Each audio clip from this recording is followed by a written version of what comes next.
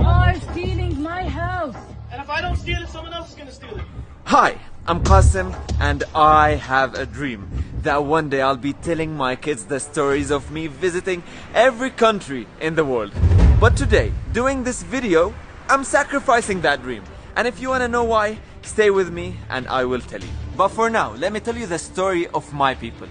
500 Palestinians who today are forced to evacuate their homes, the ones they've been living in for decades, so some settlers can board on some planes and come take these houses that they don't own. Jacob, you know this is not your house. Yes, but if I go, you don't go back. So what's the plan?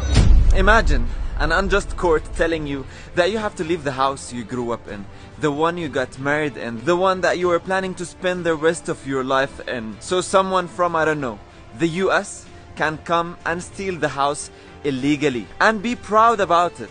أنا يعني بعرفش وين بدي أروح يا زلمة. أنا كل ذكرياتي هون. أنا طفولتي هون، فتولتي هون، شبابي هون، دراستي هون، مدرستي من هون، تخريجي من جامعة من هون، تجويزي وأولادي من هون، كلهم بهذا الدار. كل حجر بالدار بيحكي قصة عندي. What's being stolen here is the last glimpse of hope that maybe one day Palestinians in Jerusalem will get justice. Especially that this neighborhood is well located in the heart of Palestinian Jerusalem and it's unacceptable for an Israeli settlement to be there. And I had to tell this story today because for some reason international media decided to stay silent.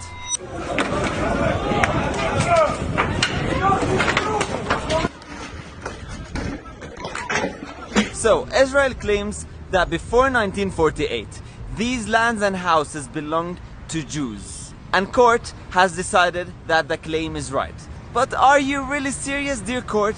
Before 1948, Palestinians, Muslim and Jews lived peacefully together. نحن فلسطينيون يهود ونريد أن نعيش تحت الحكم الفلسطيني. And no Palestinian would take the land or house of another Palestinian or human. That's only what Israel does, not us. But if you're actually serious, how about you give my grandfather back his house in Jaffa, the one he lost in 1948?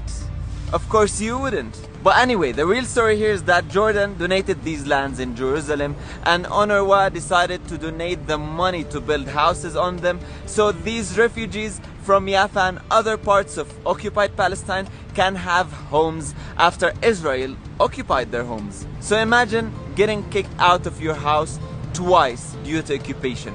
First in 1948 from Jaffa and other parts of occupied Palestine and 60 years later from Jerusalem. هذا بيتي، هذا بابي.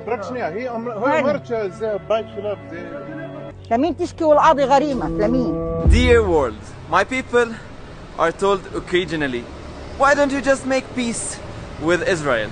It's all in the past now, just get over it. But you have to understand that what's happening is an ongoing occupation. Lands are still being taken.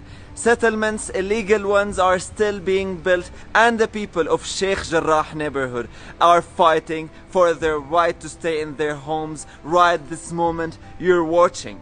They're being assaulted, brutally beaten and killed. And that's why I had to talk about it. And this is not just news. You can easily follow and see what's happening live if you go on some accounts on Instagram of the people who are living there. I can see live what's happening there and you can easily see the brutality of the Israeli army and forces and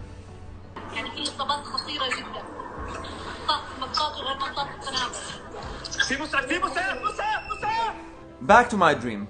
It's quite known that Israel controls the borders of Palestine and they don't let anyone in if they speak up about what's happening. So, I'm sad to tell you that probably I will visit every country in the world and tell my kids the stories, but not of my own Palestine. So please, if you're watching this, share the story. Don't underestimate the power of social media. Let the world know what's happening and use the hashtag #SaveSheikh Jarrah. Thank you.